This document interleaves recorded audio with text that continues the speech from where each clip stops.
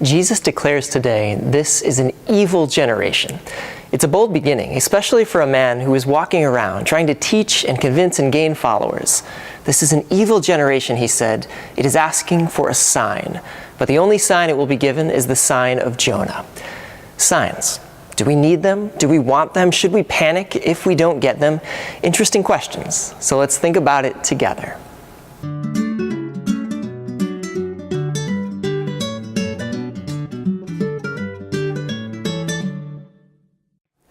First of all, let's consider signs, notices, ways of sharing information. So often we don't like them. Often we don't want a sign, or maybe don't want to hear from people.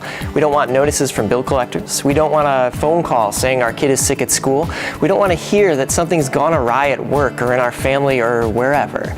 Instead, we kind of trust that if we don't hear anything, things are going all right, maybe even good. When it comes to God, though, for many people, big signs are a pretty desired thing. The people who were asking Jesus, they were doing it 2,000 years ago, and then there are times that we ask for them too. Clear, obvious indications from God that this is what's what. This is what you should do. This is what I, the Lord your God, do hereby decree. But oftentimes, that's just not what we get. No skies parting or the voice of God booming down from heaven. While we might wish for that divine indication, it doesn't always come. To be honest though, that's not necessarily a bad thing. Sure, it would be cool to have a perfect, easy list of instructions from God, a step-by-step path to life, but that's not how life works, you know?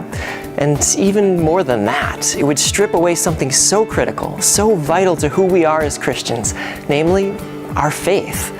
Because just as we try to believe in our lives that things are going pretty well when we don't hear otherwise, the faith that we have in God leads us to believe that He's right here by us, even if and when He's not being super in your face about it.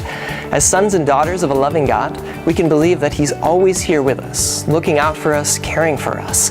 Sometimes, most times even, He's just doing it in the background. But we can only do that, we can only believe that's the case if we truly trust Him, if we truly have faith that God is there, even if quietly. We don't want to be an evil generation. I sure hope that, we're always trying our best not to be one.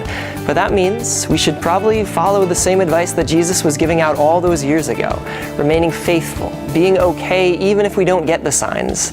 The one exception, of course, being that sign of Jonah, which for us comes in the scriptures we read, the prayers we say, the many men and women leading us towards Christ.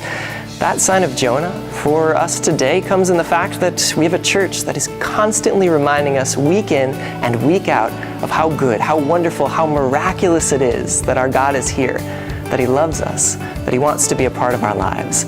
That knowledge is our sign, one that we can take in from our faith and our church, and one that we can share out to anybody, and to everybody that we meet. During this Lent, it's a knowledge, it's a sign that we can turn to and embrace more and more strongly. So let's not be an evil generation. Let's not desperately demand some crazy sign to keep us faithful. Instead, I hope and pray that we have the courage and the faith to recognize that God is always there for us each and every day.